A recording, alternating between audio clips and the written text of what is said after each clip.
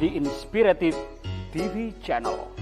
Meet different people with different experiences, language, culture, arts, and education. Halo Mr. Ali, Assalamualaikum. Waalaikumsalam, Wah. Ustadz Ilham. Ya, good afternoon ini ya. Terik matahari yang Ya. begitu panas. Good afternoon, karena setelah jam 12 siang, sekarang sudah jam 2 lewat, Yap. itu sudah masuk good afternoon. Oh, Jadi ingat-ingat ya. Ya, ini juga menjadi edukasi. Iya, nanti setelah sore, setelah jam 5 sudah good evening. Oke. Bukan good night, tapi good evening. Evening. Selamat petang. Ya, mantap. Oke. Itu Yap. edukasi bahasa Inggrisnya di situ, tapi sekarang aku mau ngisi tentang religi. Boleh? Wah, banget boleh sekali. Cocok dengan suasana siang hari Suasana gini. siang hari ini dengan judul Mentari Siang Religi. Wow, Keren kan? keren, Mister. Mentari Siang Religi. Jadi orang-orang yang siang-siang itu wis nggak inget dengan sholat duhur. Iya.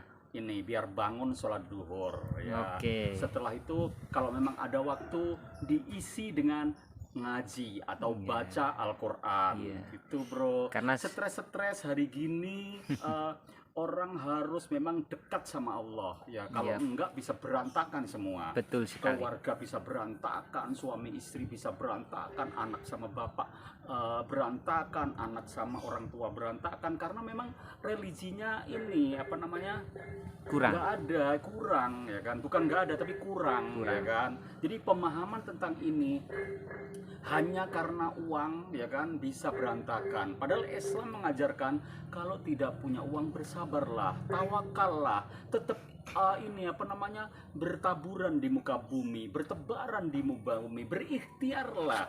Kalau memang ikhtiar sudah maksimal, kita nggak dapat apa-apa, ya udah berpuasalah kan gitu. Iya, Nggak betul. akan mati bro, dan mati pun insya Allah kalau memang kita di jalan agama pasti masuk surga. Iya, itu harapan semua Iya. orang ya, Mister. Iya, makanya.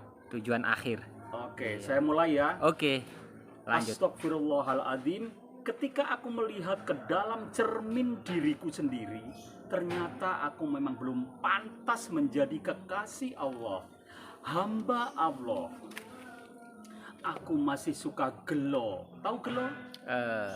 Kecewa. Kecewa ya. Kecewa yang dari dalam hati keluar akan hasil yang tidak sesuai dengan harapan dari ikhtiarku. Tuh aku tadi sudah begini tapi kok hasilnya kayak gini, kayak gitu-gitu ya.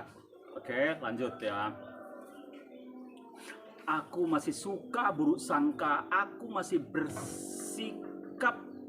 bersikap yang tidak senonoh seperti itu. Dengan melihat kenyataan yang ada di cermin tersebut, aku jadi ingin semangat berjuang sungguh-sungguh untuk memantaskan diriku di muka cermin. Jadi diriku tuh dilihat di muka cermin udah gak pantas. Oke. Selanjutnya, sadarlah kita bila Allah itu memiliki 99 jubah. Tahu jubah 99? Asmaul Husna. Ya itu. Nama jubah itu bermacam-macam. Maha pengasih, Maha penyayang, Maha pemurah, Maha bijaksana, Maha adil dan Maha suci, dan lain-lain. Uniknya, jubah itu dipakainya tanpa pernah dilepas, walaupun hanya sedetik. Pantaslah bila ada seseorang yang ahli hikmah berucap, ketetapannya walau dirasa tak nyaman, tapi pasti tidak ada buruknya. Oke, lanjut lagi. Allah dapat melakukan apapun kecuali satu hal. Dia tidak dapat memberhentikan kasih sayangnya kepada umatnya, kepada manusia. Dengan tidak melepaskan jubah kasih sayangnya, dia ikut campur dalam kehidupan manusia. Dia ikut campur bukan karena butuh kita, semata-mata dia ingin semua manusia bahagia dan masuk surganya. Tapi kenapa aku belum bisa sadar?